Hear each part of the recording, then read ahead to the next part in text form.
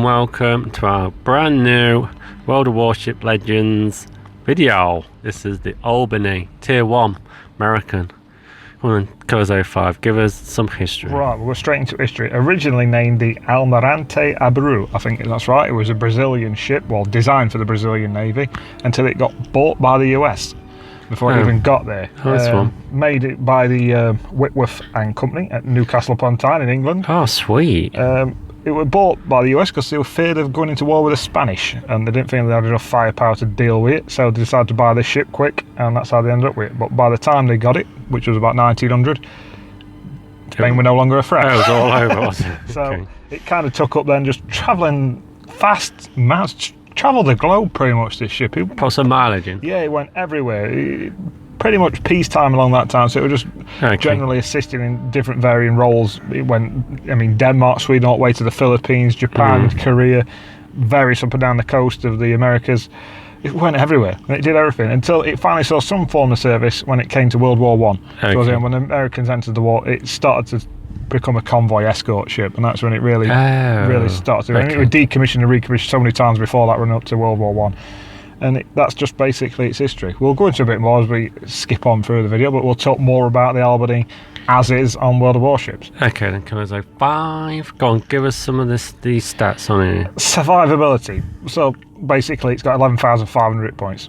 It's not really too much to shout about, but it's Tier 1, so you take a few hits, I think, can't you? Yeah, it's a big old target as well. Yeah, it's big. Only problem with it, it's not very quick, but we'll come to that when we get down to Maneuverability at the bottom. So their hit points do drop down easier, and you're going to find most Tier 1s.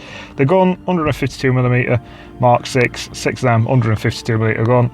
9.5 range, which is about average for Tier 1. Some go up to 10, some down as low as 9, but it's pretty much slap bang down the middle. 8-second reload again.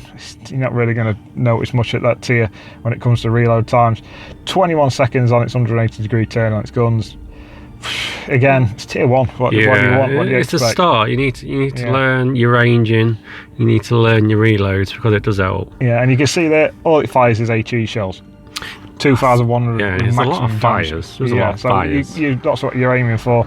The AA defense, you're not really going to see. If you get a Tier 1 game, you're not really going to need this. Don't think there's any airplanes in Tier 1. Exactly, so unless you drag yourself up tiers, which is you're pretty screwed to start with, you're not really going to notice much about that. True. This is where this ship falls down a little bit. It's very slow. 20.4 km an hour, 28 manoeuvrability. I think the second lowest you're going to get from manoeuvrability is about 43 on the British Tier 1, so it's nearly half. Yeah, in a way, it's really slow. Turning circle, 350 metres. Yeah, again, I keep saying it, but it is just a Tier 1 ship, so we're not going to get too hung up on rudder shift times and stuff like that. Concealment wise, not too bad at 80, it's pretty good. Yeah, it's not bad at 80. Yeah, detectable range of 8.3, so you can see you've got 9.3 on your gun, so you can stay in that window between your 8.3 and 9.5. You should be pretty safe. Detectable range by air, again, you're not going to see much, but it is 5 kilometres. Guaranteed detectable range within 2 kilometres. Yeah, you would hope so, anyway. And it's over to you. You can explain a little bit more about these things. Okay, boosters. We're not looking at the consumables because you just press it and it reloads in like 5 seconds. No, it lasts for 5 seconds and it takes 60 seconds to reload. That's if you're on fire. But anyway, boosters. Tier 1, you don't really use any, but I would start looking at them as you go up the tiers. Your old XP boosters, if you've got any times 2s, I would save them till you get higher up. And then again, your commander experience XP. You do need to start accumulating it to upgrade your commanders, which becomes more sense in future videos. Global XP is very important, as in you can use it on any ship. So technically I would save that for your premium ships if you've got any. Credits, stuff does get very expensive as you progress through the game, so I wouldn't really waste any at this point.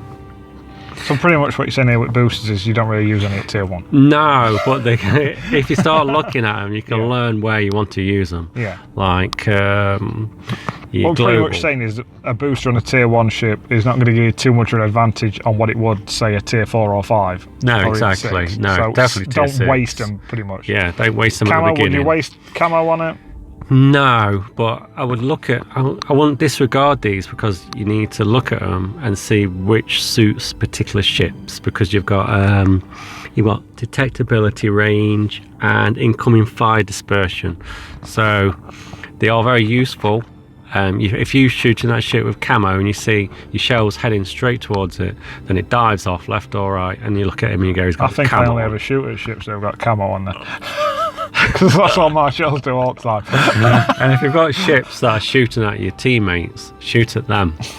That's always a good point as well. Yeah, definitely. We've got none in stock. But anyway, Killer 05. Camo is important, so you should really learn it, but don't waste them at tier 1. Yeah, it's not pointless. Yeah, it's pointless because... I mean, how long are you talking? How many battles are you going to be doing in a tier 1 before you actually moving on to a 2? You can just walk. So, yeah, so exactly. That's the point you're trying to make, is it's not worth racing. So, no, it's worth learning. This is another problem at tier 1. Yes. And you can see this straight away. Yeah, I did this. How long did this take you to get? This game, about 5 minutes. I sat in a queue for 5 minutes to get a 3-on-3. Yeah, I did see where there was a 2-on-2 where I got killed straight away. Well, I'll let you talk more about this ship and how to play it and what to do. Well, technically, there's a tiny bit of skill into it, because if you angle it correctly, you can put all your guns onto one target without actually having to go broadside. Because the minute you go broadside, you will be opening yourself up to a lot of damage rapidly. So at this stage of the game, where it's obviously tier 1, and you think to yourself, don't really need to do much, but if you can start to think about not going broadside and angling your ship to get all your guns on a target, where you can actually bounce some shots. And you can see that from the bottom there, it lights up, doesn't it? It tells you which guns you're actually able to fire at that said time. And you can see there you've got the 3 at the moment. I think I'm just trying to turn it to get the 4th one on, but it's not playing game, it's not playing ball, but it does get there eventually. Fact about historical wise, if we come back to the original Albany, actually carried torpedoes, which it doesn't on the game. That is a shame. I'm not 100% sure if it does on the PC, because on the PC this is a tier 2 premium. Oh, yes, whereas it's a tier 1 tech tree on the console version. I'd love to know why they decided to do that, but it's for them to know. But there you go, detectability. I've not shot anything, but yet there is within the camo circle, so you're more or less guaranteed you're going to get detected within the camo circle. So camo circle is the blue line, and the gun firing range is the white line on the map. So if you're looking at the map, you see 2 lines, but obviously now, because we're firing, the camo line is the same size as the firing range line. But as this game progresses, you'll see that I'm trying to stay not too. You can stay quite a way out from them to try and not get detected or hit, but it's on fire there. Yeah. Just put the fire out. I mean, it's not, like I say, this is the problem with this ship. It's just a little bit too slow compared to all the other tier 1s. It is vastly. Yeah, I think the Japanese one, the name eludes me at the moment, but his guns are slightly slower at firing. So if you come across the Japanese tier 1, you probably will mash it. But saying that, the Weymouth is guns are quite fast at firing. So if you see a Weymouth, don't expect you'll get it, because you need to work it. It's not a given. But I think the beast at tier 1 is the German ship at the moment. Is it the Nuremberg? I can't remember what it's called. Can't remember. Thanks, like Killer 05. So it has actually got rapid fire guns. So if you get in front of one of them, you know you need to keep moving. But as you can see, I'm doing on here. I'm trying to be map aware as well. I'm trying to see where they are. I'm not sure if that guy's AFK. It looks AFK, he's not moving. Smoke coming out of his funnels is going straight up, which means he's not moving at all. No, I think he might have crashed into that island. You just set it off and then leave it. Set it going and then I'm off. Yeah. Excuse me. Sorry about that. Yeah, but anything else you need to know in tier 1? I would keep moving. I am dying. Sorry about that. Tier 1. If you keep moving, keep firing. As you can see, it's not a given that you hit stuff, because your crew commander, obviously, it's going to need upgrading. Oh, there's one. Nice one. So have you got any more history for this Killer 05 while we're watching my woeful gameplay? It vastly went about anyway. Like I say, visited many different coasts in its time.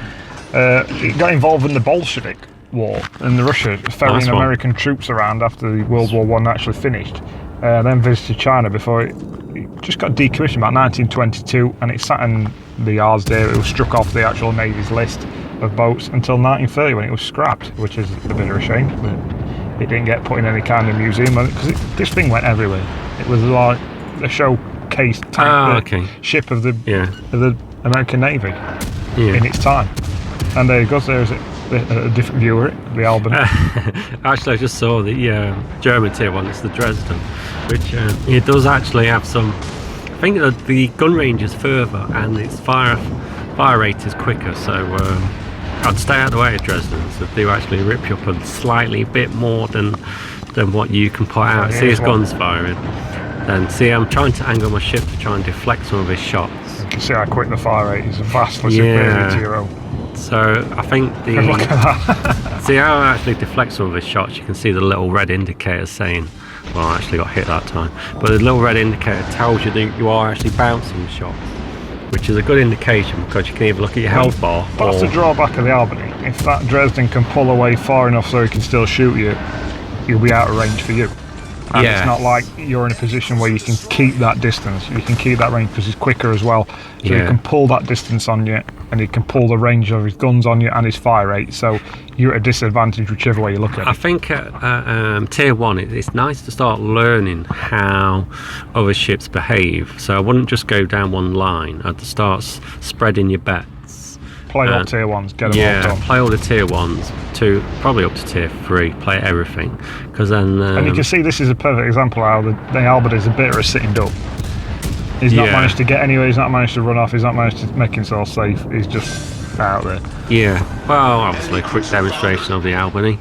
It's quite a nice little tier 1 ship. It's a bit of fun to play at tier 1, but it teaches you stuff, as in angling, shooting, timing, and all your boosts and what have you. So a bit of an introduction to tier 1. We will be covering every ship on the tech tree. It will take a bit of time from tier 1. I think Kilo 5 will do everything from tier 1 at a time, as in tier 2 everything, tier 3 everything. That's it then, people. Thank you very much for watching.